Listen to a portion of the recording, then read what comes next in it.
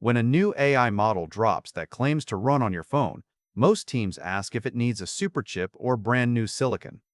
The real answer changes how you design software for the next decade. It turns out running a 27 billion parameter model locally is not about raw speed. It is about breaking the cloud dependency through smarter algorithms and memory management. Today, we connect this headline to the engineering trade-offs that define whether your application stays on-device or relies on remote servers.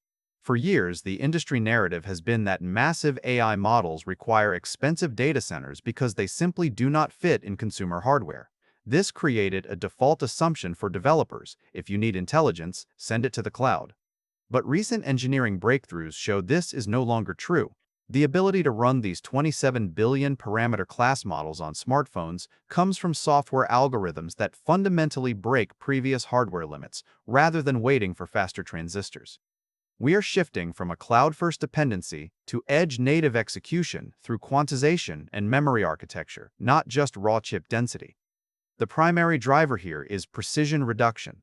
To understand this without getting lost in jargon, think of standard model weights as high-definition files that take up massive space on your phone's storage. By compressing these weights from standard floating-point formats down to integer 4-bit representations, often called int4, we can fit models with billions of parameters into the limited RAM available on commercial mobile processors like those found in recent Samsung and Qualcomm devices. This technique preserves enough accuracy for complex reasoning while drastically reducing the memory footprint required. This is not just theoretical compression. It enables real-world performance gains that change system design trade-offs. Benchmarks demonstrate that models previously thought to require cloud servers can now run locally with near-instant latency on current hardware. The engineering pivot here allows developers to prioritize privacy and speed over raw compute power, fundamentally altering the cost structure of modern AI applications.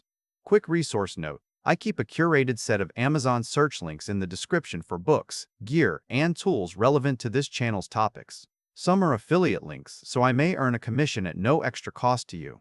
Please consider supporting the channel by using those links if you find something useful. A critical mechanism enabling this is a technique known as dynamic self-speculative decoding. Imagine trying to write a sentence where you must guess one word at a time and wait for validation before moving on. That traditional method creates significant lag. In contrast, dynamic self-speculative decoding allows the processor to predict an entire tree of potential words simultaneously and verify them in parallel. This approach can reduce latency by up to 6 times compared to standard inference methods used just a few years ago. This capability means modern mobile chips now integrate dedicated neural processing units alongside GPUs specifically optimized for these heavy workloads. However, the critical breakthrough is how software manages this hardware through dynamic memory architecture and token throughput optimization. We are seeing single frozen models handle 8 distinct tasks across 9 languages simultaneously without requiring recompilation or extra memory overhead. This shifts the paradigm from sending data to a remote server back to processing it right where the user interacts with the device. The implications for system design are profound. Developers can no longer assume cloud-first is the only path for AI features. The decision matrix now includes local execution feasibility, which offers superior privacy because sensitive data never leaves the device and eliminates latency gaps between user input and response.